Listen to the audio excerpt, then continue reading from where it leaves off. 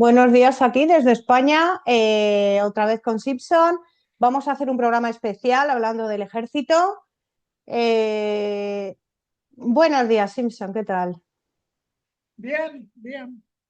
Mirando, mirando los acontecimientos. Sí, Eh, como siempre te digo, hay muchos acontecimientos aquí. Sin Eh, aburrirnos, no, sin aburrirnos, no nos seguro que no. aburrimos, no nos aburrimos. Vamos a ver, vamos a hablar de un tema porque es muy importante, porque se dicen muchas mentiras, ¿no? Del ejército, de las FDI, que están matando palestinos, no es que han ido y han matado. Vamos a hablar del tema del código ético dentro de las FDI, que hay un código ético que no pueden saltarse los soldados. Eh, ¿Cómo empezarías hablando de esto? Bueno, ante todo, yo no sé si existe ese tipo de código ético en otros ejércitos, supongo que sí. Eh, Aquí el código ético fue hecho hace cosas de 20 años, una cosa así, después de muchas reuniones, y el que lo redactó en definitiva, el principal encargado, fue un filósofo, un profesor de filosofía, Asa Kasher es el nombre de él.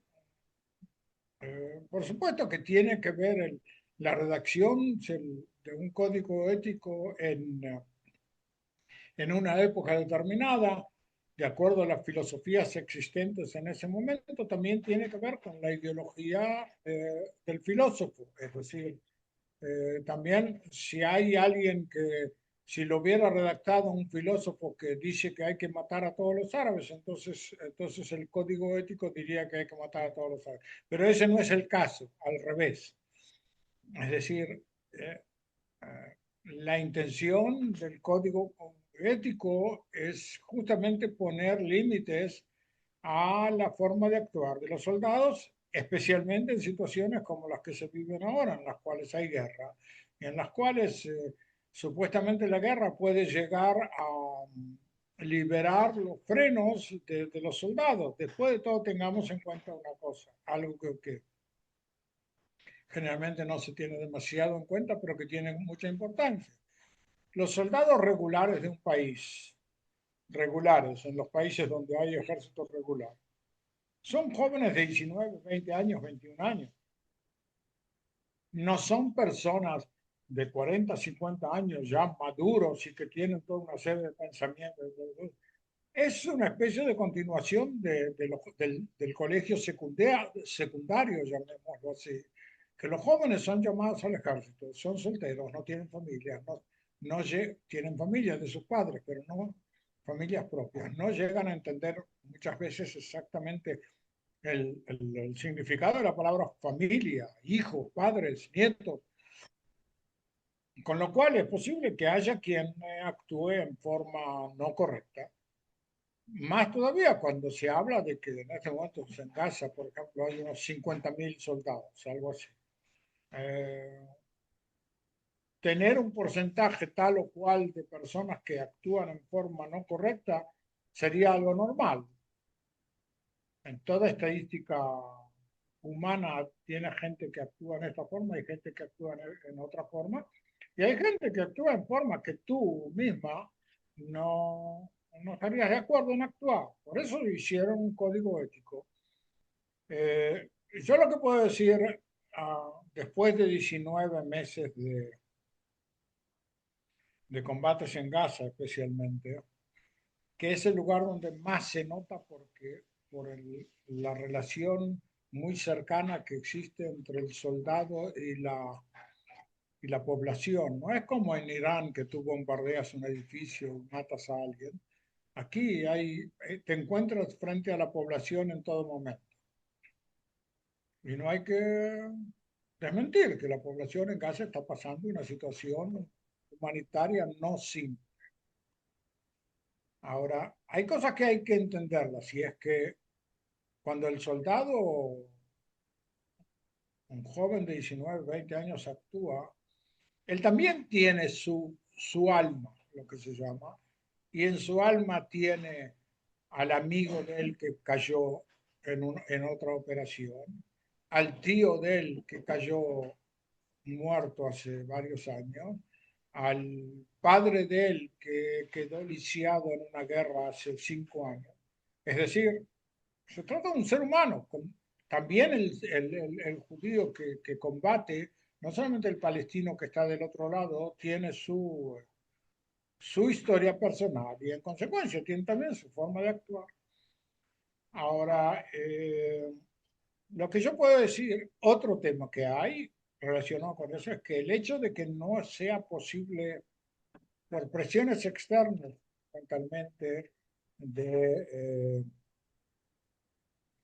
los Estados Unidos, de Europa, de, de muchos países, de mantener ese código ético, existen muchas situaciones en las cuales los soldados se encuentran, y voy a agregar una frase más, y también por el hecho de que Israel es un país democrático, que tiene entidades, que tiene un sistema judicial, que tiene una Procuradora General del Estado, que tiene una Procuradora General del Ejército, y que esa gente son jurisconsultos que tienen, saben de qué están hablando cuando dicen de que hay que cuidar un código ético.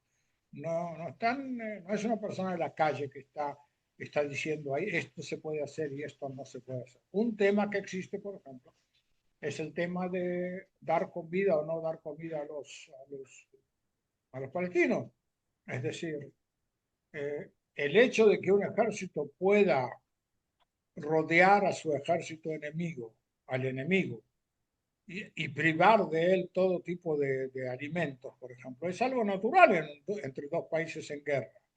En el caso de Israel mismo ya ocurrió en dos ocasiones, en 1948-49, en una zona que se llama Fallujah, en la zona actualmente se llama Kiryat Gat, y en 1973, en la guerra de Yom Kippur, cuando el ejército israelí rodeó a unos 30.000 soldados de la tercera armia de Egipto.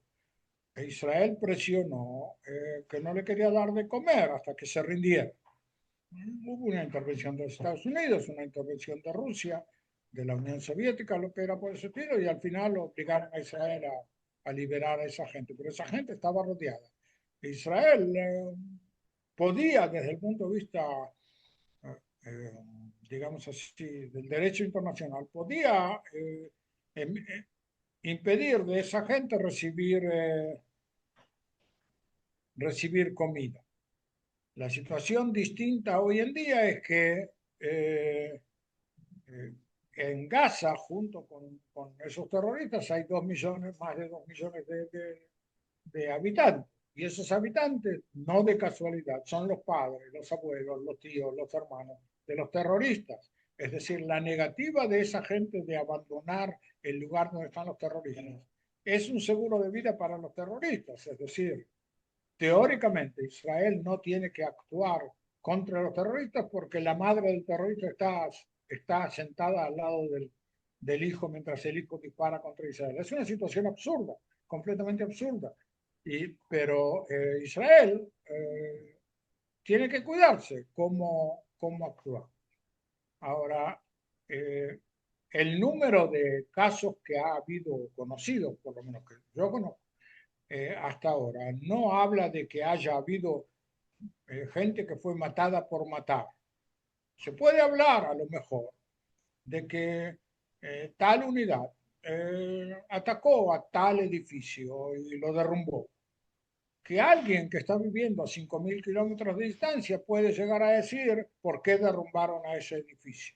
Eso también es parte de la guerra. Ahora, el comandante israelí, que es comandante, digamos, de 50 soldados, y que puede decirle a sus soldados que entren a ese edificio, sabe que existen grandes posibilidades de que ese edificio fue minado por los terroristas y que 2 minutos o 10 minutos o una hora después que entren los soldados, los terroristas apretando un botón van a tirar el edificio sobre la cabeza de los soldados israelíes. El oficial israelí tiene también en cuenta que tiene también sus propios soldados, no solamente preocuparse por los derechos de los palestinos, etcétera, etcétera, etcétera, sino preocuparse también por los derechos de sus propios soldados. Después de todo, él es el oficial de esos soldados y no de los palestinos. Ahora, en ese sentido, hay que caminar sobre plumas de no pisar demasiado fuerte, porque existe la posibilidad de cometer actos que no son de acuerdo a la ley internacional. Y como nosotros sabemos, Israel no disfruta de demasiado apoyo a nivel internacional. Y casos como esos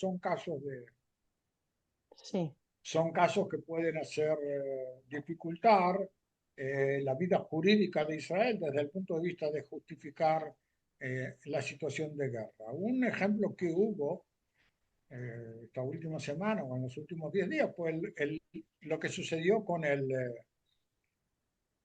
la Iglesia Católica en Gaza. Ese es un caso, eh, digamos así, entre paréntesis, desgraciadamente tengo experiencia personal en ese tema. Ese es un caso de que dispararon un cohete y el cohete, por tal o cual situación, cayó en un lugar donde no tenía que caer. Eh, Porque a lo mejor el que disparó tenía los equipos un poco torcidos, porque hubo no sé qué tipo de problema, porque por mil motivos. Ahora, esa iglesia estuvo durante un año y medio ahí y no fue atacada. Alguien puede preguntar, alguien con un poco de intención, buenas intenciones puede decir, bueno, pero atacaron en ese momento, ¿por qué no atacaron durante un año y medio? Porque no había ninguna necesidad de atacarlo, es decir, tampoco había necesidad esta vez de atacar. Si alguien hubiera hecho en ese momento si alguien hubiera podido prever que el disparo iba a pegar en otro lado y no exactamente donde lo tiraron, supuestamente no lo hubieran hecho, porque el daño internacional a Israel es muy grande. Para matar a tres ancianas católicas de 60 años que no constituyen ningún problema desde el punto de vista de seguridad de Israel, seguro que no vale la pena complicar la vida de Israel con todo un montón de críticas a nivel internacional. Pero pues suceden cosas de ese estilo en la guerra. Lo importante es saber de dos cosas. Una de que, por lo menos a mí, yo espero que los espectadores me creen, que no existe una tendencia de los soldados eh, a atacar por maldad, digamos así. Existe una visión tal o cual de tal soldado, de tal comandante, de tal oficial, de cuáles son las necesidades en ese momento de atacar en tal o cual lugar y por qué no atacar en otro lugar. ¿Cómo sucede con la cuestión de los rehenes? ¿Por qué atacar aquí? sí. ¿Por qué no atacar allá? Pero no existe una cuestión de maldad. Y lo segundo, Israel es un país eh, con instalaciones jurídicas o con instancias jurídicas que cuando hay un caso así que es descubierto, que alguien hizo algo que no debía hacer, entonces esos soldados son interrogados, se les pregunta por qué sí, por qué no. Y si ven que esos soldados lo hicieron a propósito, reciben el castigo que tienen que recibir. Por supuesto, no los van a matar por ese asunto, pero sí los pueden meter en la cárcel por haber hecho algo Y que no. yo recuerdo un caso, ¿no? De un chico que remató a, pues no sé si era un civil o un palestino, lo remató en el suelo y le hicieron como un juicio y creo que está en la cárcel. O Pero por sea, supuesto, es decir, porque hay unas leyes, ¿no? Hay un código de ética, ¿no? está el código y están también las leyes. Ante todo hay un código moral, digamos así, de las Fuerzas Armadas. Esto harás, esto no harás, esto no harás, esto no harás. En el momento en que se habla de un código moral, se habla de muchas cosas que no harás, no de muchas cosas que sí harás. Lo que harás es lo que no está prohibido, digamos así. Eso en primer término. En segundo término, de que existe, y por supuesto que existe en Israel, no faltan abogados y no faltan abogados tampoco en el ejército, que en el caso de que haya, digamos, algún soldado haga algo malo y el compañero de unidad dice de que él hizo algo malo, que le hagan un interrogatorio al soldado acusado. Y si se confirma que hizo algo malo, que lo pongan en regla, como tiene que ser. No hay una tendencia. Aparte que hay otro tema y es que es, a diferencia, por ejemplo, de lo que pasa con Rusia, que allí es distinto desde el punto de vista de cómo actúan los soldados rusos. Eh, Israel no se puede permitir a sí mismo entrar todo, cada día con nuevo acontecimiento en el cual acusan a los soldados israelíes de hacer esto o hacer lo otro o hacer una tercera, una tercera cosa también. Igual como con el asunto de la hambruna, es decir, ¿qué interés puede tener el Estado de Israel que haya una Palestina que se muera de hambre? ¿No? Ningún interés. El interés puede llegar a ser de que en situación determinada el terrorista se le impida comer al terrorista para ponerlo nervioso, para que actúe en forma no, no, como no terrorista, digamos así, para que pueda ser atrapado. El problema no es que el terrorista o la madre, el problema es que la madre se sienta al lado del terrorista para defenderlo. Y ese es el problema. En ese momento, la madre se convierte también ella en una forma, de una u otra forma, en una terrorista. ¿Te contesté?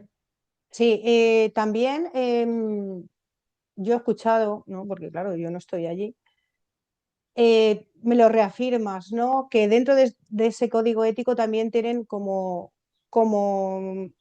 algo moral y en las unidades suele haber un rabino. Las unidades que... En las unidades del ejército suele haber un rabino para aconsejar. No, el tema del rabino es primeramente por el hecho de que cada vez más hay soldados religiosos. Es Ah, decir, vale. en su época, primeros años de Israel, los religiosos eran muy pocos en el gobierno, en el ejército de Israel. Y eran muy pocos no porque no querían ser israelíes, sino por otro motivo, porque eh, um, durante la Segunda Guerra Mundial fueron matados 6 millones de judíos. Y los judíos de Europa, especialmente los que vivían en Polonia, en Ucrania, eran religiosos. Ahora, cuando murieron 6 millones de judíos, murieron 5 millones de religiosos. Entonces, cuando fue declarado el Estado de Israel, había pocos religiosos. Simplemente había pocos religiosos, también para ir al ejército, también para vivir en Israel. Había pocos porque la mayor parte, incluso mi propia familia, que eran todos religiosos, había pocos religiosos para vivir en Israel. Pero como se acostumbra en las familias religiosas, tiene muchos hijos, pasaron mientras tanto 70 años y el número de religiosos en Israel crece. Y como crece, entonces hay más religiosos en las familias, entonces hay más religiosos en los ejércitos, en el ejército. Y entonces hay necesidad más de que haya un oficial, pero es un oficial, él no es un oficial, es un religioso, es un rabino, no es un oficial de combate, digamos así, religioso. Un rabino que cumple funciones también de ayuda espiritual a los soldados. Es decir, si un soldado tiene una pregunta para hacer, se le puede, en lugar de esperar hasta la próxima vez que vuelva a casa a hablar con su propio rabino, lo puede hablar con el rabino de la unidad. Bueno, Ahí está. Ahora, por supuesto que no es de esperar que un rabino sea un fanático al estilo Jaminaí de decir yo quiero matar a todos los árabes. No es de esperar y si algún rabino llega a decir una cosa así, entonces muy rápidamente va a llegar a las noticias o los medios de comunicación, todo eso, y entonces va a haber un lío. Te puedes imaginar qué tipo de lío puede haber. sí, No, ¿sí? sí. Sobre todo, queremos contrarrestar, ¿no? Todas esas noticias, ¿no? Que dicen, es que un soldado ha cogido ya y le ha disparado a un niño o que le ha disparado a tal persona y menos violaciones, o sea, ninguna violación, no se puede escuchar ninguna violación por las FDI a ninguna Yo mujer. te puedo contar algo personal, digamos Sí. así. No te voy a contar cuando violé a una palestina, porque no violé a ninguna palestina, pero te puedo, te puedo contar algo personal. En Sí. 1982, eh, cuando estalló la guerra, la primera guerra del Líbano, bueno, yo también recibí mi llamado de alistamiento. Y fuimos al Líbano, a una población, todavía existe. Hay un campamento de refugiados que se llama Rashidiyah, no lejos de la frontera entre Israel y el Líbano, al lado del mar Mediterráneo, un lugar precioso, el lugar es precioso. El campamento de refugiados es un campamento de refugiados. Cuando las tropas israelíes llegaron allí al campamento de refugiados, los hombres se habían escapado, los combatientes palestinos se habían escapado, y las mujeres estaban todas paradas a la entrada de la población, paradas a la entrada de la población. Entonces era una unidad de paracaidistas, los pibes jóvenes, chicos jóvenes de 19, 20 años. Les preguntaron, hay quien sabe árabe, hay quien no sabe árabe, y les preguntaron a las mujeres qué hacen ellas todas paradas. Entonces ellas contaron de que ellas viven en el Líbano 50 años, una cosa así, y que cada vez que alguien conquista el campamento, lo primero que hace el soldado, el ejército invasor, es violar a las mujeres. Entonces, en lugar de que las violen por la fuerza, ellas se paraban en la puerta del campamento para que las violen sin fuerza, porque lo hacían para cuidarse a sí mismas. Ahora, eso no existe en Israel. No, yo no puedo asegurar que si hay 50.000 soldados en Israel, en Gaza en este momento, no hay alguno que hace algo que no debería hacer. Incluso la posibilidad. Te doy un ejemplo, pero no en el tema de violación. Puede ser de que hay un soldado que entra en una casa en medio de las inspecciones y de pronto encuentra frente a sus ojos una cantidad de dólares o dinero o joyas o cosas por el estilo. Que la gente que se escapó Sí, o no pudo sacar a tiempo o que la casa fue bombardeada y entonces la gente falleció y el soldado se encuentra frente a una cantidad de dinero. No puedo poner las manos en el fuego claro. sobre la posibilidad de que no haya un soldado que de pronto se meta dinero en el bolsillo. Pero violación es otro tipo de relación, no es Sería castigado totalmente, o sea, si se enteran, o sea, claro, castigado, por o sea, supuesto, por supuesto. Yo sé que en 1948, en la Guerra de la Independencia, hubo casos de violación. Yo sé que hubo casos de sí, violación. sí, También sé cuál fue la explicación que dieron a esos casos de violación. No fueron, por supuesto, hechos coordinados por el gobierno, ni fueron hechos en las unidades a propósito. Tal o cual persona hizo un caso de violación. Yo sé cuál fue la explicación que hubo en ese momento de ese tipo de casos. Eh, Parte del nuevo ejército israelí que había en 1948 eran sobrevivientes de los campamentos de nazis, de los campamentos de la Segunda Guerra. Y la persona que salió de allí salió como un subser humano, digamos así, sí, es después de lo que le cierto, hicieron. cierto. Sí, sí, Ahora, de pronto tú agarras a un chico de 17, 18 años que pasó lo que pasó en el campamento le das un arma, claro. porque es soldado, le das un arma, y se encuentra de pronto en una situación en la cual él es el que tiene la fuerza y hay una persona que está por debajo de él, que es el palestino, la palestina, y, y en ese momento se siente un superhombre, pues tiene fuerza, tiene armas, tiene todo lo que tiene. Y puede ser, y hubo casos en los cuales soldados determinados hicieron lo que no debían hacer. ¿No? Tampoco Que robar es bueno, tampoco robar es algo de ujú. destacar, pero no es lo mismo que violar a una persona que supuestamente también está indefensa y tú tienes un arma y con ese arma haces lo que quieres, todo eso. Pero fueron casos muy, muy extremos y casos muy especiales y eso te digo, lo último que escuché fue en el 48. En la misma guerra que te dije antes, Sí, sí. la guerra del 82, en la cual tuve mi parte, hubo un caso de un lugar en el cual yo hasta tal punto, te voy a decir algo, hubo un caso de un lugar en el cual hubo un grupito de 3 o 4 personas con un oficial que era un oficial de rango, de rango, de De rango rango. menor, de rango menor, no me salía la palabra, que mataron a 3 o 4 palestinos. Mataron a 3 o 4 palestinos. Hasta tal punto el caso es Fue un caso especial que 40 años después, 40 y pico de años después, yo me acuerdo el apellido del oficial. Sí. Es decir, no es, si hubiera sido algo que ocurre día por día, por supuesto no me hubiera No, sí. acordaría. Me acuerdo del caso del hospital, del oficial ese, porque fue un caso en que mataron a 4 palestinos. El hombre ese fue, el oficial ese, que era un oficial de rango bajo, fue acusado, fue metido en la cárcel, todo un montón de cosas, porque fue un caso especial y Sí, fue sí. tratado con todo la fuerza que tenía que ser cargada. No, no es una cuestión que se hace. Es posible matar a alguien. Nuevamente, estamos en situación de guerra. Es posible que muere un chico palestino eh, eh, durante la guerra.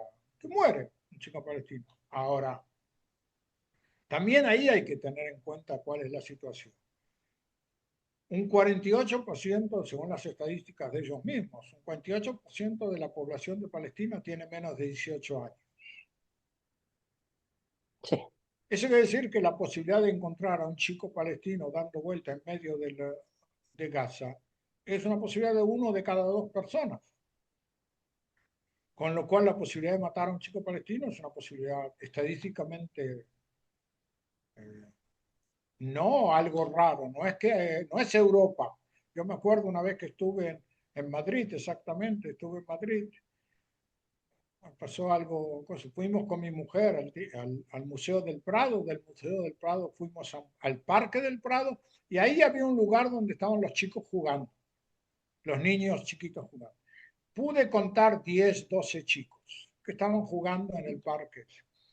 2 horas, 3 horas más tarde me subí al avión que venía para Israel y adentro del avión había más chicos como pasajeros del avión de los que había en el Parque del Prado en, eh, en, eh, sí, sí, en sí. Madrid.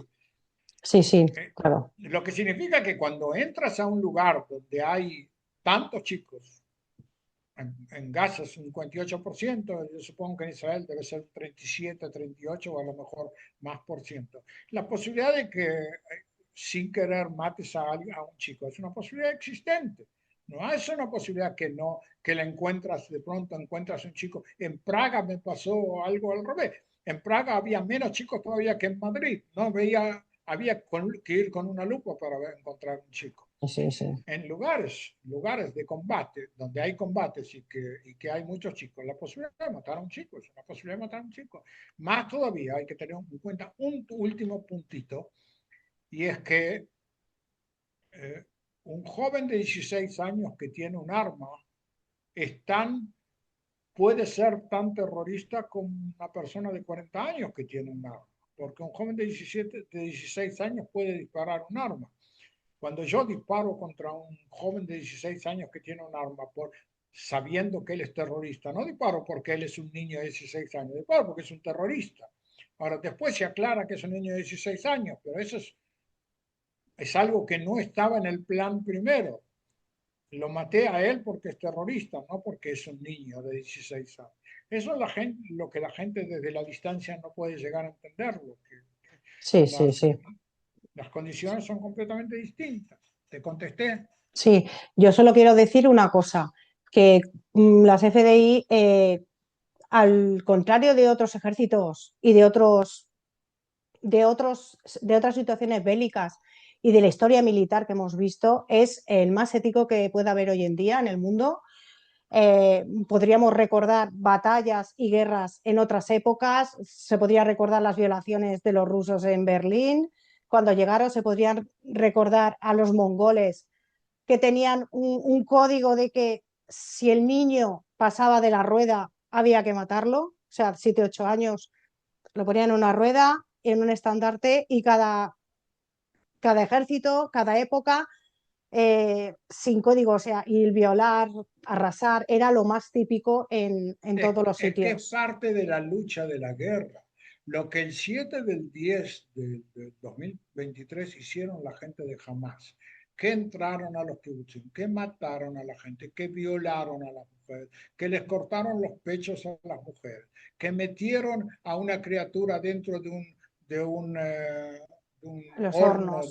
de un horno atada con un alambrado, que violaron que violaron a mujeres y a hombres en la fiesta de la Nova, es parte de De la esa barbarie. ideología. Sí, sí, sí. No, pero la barbarie no es solamente por barbarie, es barbarie por ideología, porque la ideología es crearle al lado atacado una cicatriz. Eso es la que la gente no entiende. Cuando hicieron lo que hicieron, aparte de las preguntas si estaban drogados o no estaban drogados, la, el hecho de causarle al lado atacado una cicatriz para toda la vida es parte de la ideología, es parte del intento de bajarle las defensas al lado atacado. La Sí, idea de la gente de Hamas cuando entró el 7 de octubre a Israel era hacer que la población que vive en esa zona, la zona fronteriza que fue atacada, deje de vivir en Israel. ¿Para qué? Para que los palestinos puedan pasar a vivir a ese lugar, en lugar de ellos, para que la gente ese deje de vivir. Lo que tiene que haber no es solamente un conflicto militar, tiene que haber una situación en la cual esa gente diga, ¿cómo yo me voy a ir a vivir ahí si esa gente hace lo que hace? Es decir, crear una situación de debilidad en el lado atacado. Eso fue lo que ellos intentaron hacer. sí. Por eso lo hicieron como lo hicieron, Vale, porque el intento era crear una cicatriz. Y sí, es en cierto. determinada medida y con respecto a cierta gente lo lograron. Lo que sucede es que el pueblo de Israel, como tú sabes, es un pueblo muy cabeza dura, llamémoslo así. Son Y muy por, ca fuertes, muy y fuertes. por cada uno que dice yo no voy a ir a vivir ahí, y hay 10 que se presentan para ir a vivir ahí. Es decir, cada uno que cae, hay 10 personas que dicen nosotros vamos en lugar de él. Una cosa que podemos hablar en otro día y en otra ocasión es lo que sucede alrededor de las unidades del ejército. Las unidades que más reciben candidatos a entrar, los nuevos soldados, son las unidades que más muertos tuvieron en la guerra. Teóricamente tendría que ser al revés, de acuerdo a los criterios de Europa. Si una unidad tuvo mucha gente que cayó, la gente se tendría, los nuevos alistados se tendrían que escapar de ahí porque es una unidad en la cual uno se puede morir. Aquí pasa al revés, los nuevos chicos que tienen que entrar al ejército se voluntarizan, son unidades voluntarias, se voluntarizan para entrar en Givati, en Golani, en los paracaidistas, se voluntarizan en un número mucho mayor hasta tal punto que el Estado general el Estado del Ejército tiene que decirles a parte de la gente que no tiene lugar para ellos. Eso es todo. Vale, nos quedan 5 minutos. Si quieres podemos hablar No, de los ultraortodoxos o lo dejamos para no, otro día. lo dejamos para otro día, sí. De acuerdo, pues Bueno, nada, vamos a terminar. Ha sido un placer. Me han encantado tus batallas personales. Eh, me ha encantado, sí, me ha encantado porque todo esto reafirma, ¿no? Que hoy en día el ejército de Israel no hace esas barbaridades que dicen, es al contrario, son los otros los que hacen las barbaries y, y ya se dijo en el otro programa, hablemos de ese yihadista nuevo que ha salido, ¿no? Que es caníbal, ¿no? Ya, o sea, ya llegamos a unos puntos. te voy a decir una última frase, o unas últimas dos frases. En la Biblia, no es exactamente en la Biblia, en uno de los libros que está cercano, dice de que lo que tú piensas del otro es lo que tú estás dispuesto a hacer por ti mismo.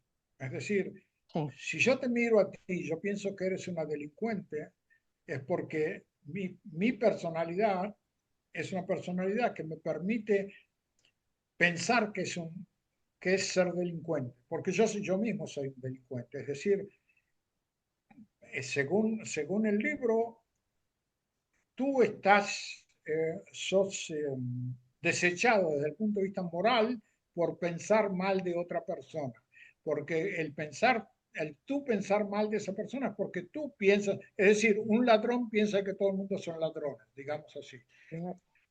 todo ¿Sí? ladrón cree que son desde su condición, ¿no? Como dicen. Claro, claro, una Que se cuestión creen. así, Es que es está decir, ahí el refrán, está la, ahí el refrán, sí. la gente que piensa que Israel hace esto, hace otro, es porque es gente que dentro de digamos, de su biblioteca moral tiene la posibilidad de hacer exactamente lo que eh, lo que ellos acusan a los demás. Cuando tú dices yo no me lo hubiera imaginado, ¿qué estás diciendo en definitiva? No entra dentro de mi forma de Claro, ser, claro. que el otro iba a hacer una cosa así. Bueno, Eso. te dejo. Bueno, vamos a dejarlo ya. La semana que viene haremos también otra vez el semanal de Israel y haremos un especial de ultraortodoxos en el ejército y a ver si podemos hacer también un especial del proyecto del informe DINA, que también lo tenemos pendiente. Sí, pero no tengas demasiadas esperanzas sobre el proyecto Tina, porque porque me duele tratar el tema. Bueno, pues podemos tratarlo así un poco por encima suave, sin decir Sí, nada. y Y, aparte porque, como te dije antes, Israel no publica demasiado, es decir, se sabe lo que se sabe, pero Israel no publica demasiado. hacer Yo pienso, contrapropaganda, hay que hacer contrapropaganda con todas las mentiras sí, que pero están diciendo, no puedes hacer con el dolor de las víctimas, sí lo sé. exacto. Yo pienso que no me ocurrió, es decir, no es cierto que no me ocurrió, pero digamos, eh, Un minuto, queda. lo que quiero decir es que no puedes lograr tus ventajas en tu contrapropaganda poniendo al padre de una criatura que fue asesinada todo el tiempo ante la televisión. No No, puedes. Por, eso no se puede hacer. Yo es más, yo los vídeos estos de Siria no los he visto. O sea, yo he escuchado que están y están circulando. No, ni los voy a ver porque no, mi sensibilidad no puede ver eso. los muestran en ocasiones especiales a diplomáticos, digamos así, para mostrarles qué es lo que los de Hamas hicieron. Pero no hay una Sí, mañana en el teatro vamos a mostrar lo que hicieron. No existe pero eso. no existe. Bueno, te Bueno, pues dejo. nada, muchos Chao, besos, salón. Salón shalom, y bonita semana. chao. Chao.